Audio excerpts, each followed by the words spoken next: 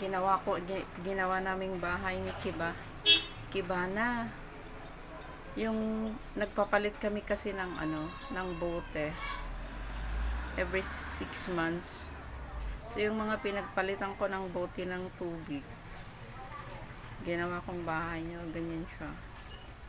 Gustong gusto niya dyan.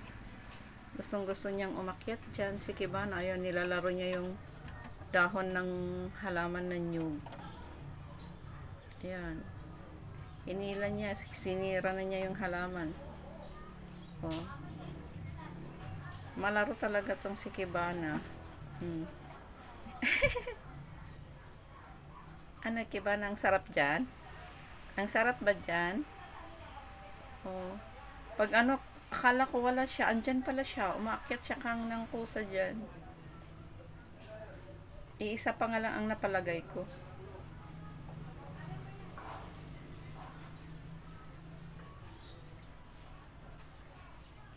Kibana, anong ginagawa mo dyan? Oh, tumalikod ikaw, Kibana. Kibana, ano yan? Oh, palingalinga siya sa ilalim. Oh. Ganyan lagi yan. Malaro si Kibana. Sobrang malaro yan.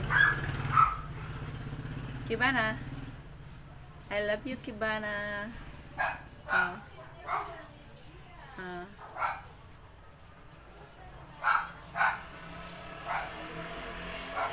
Ayan si Kibana.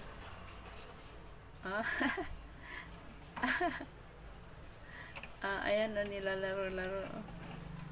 Ayan na. Ayan na si Kibana.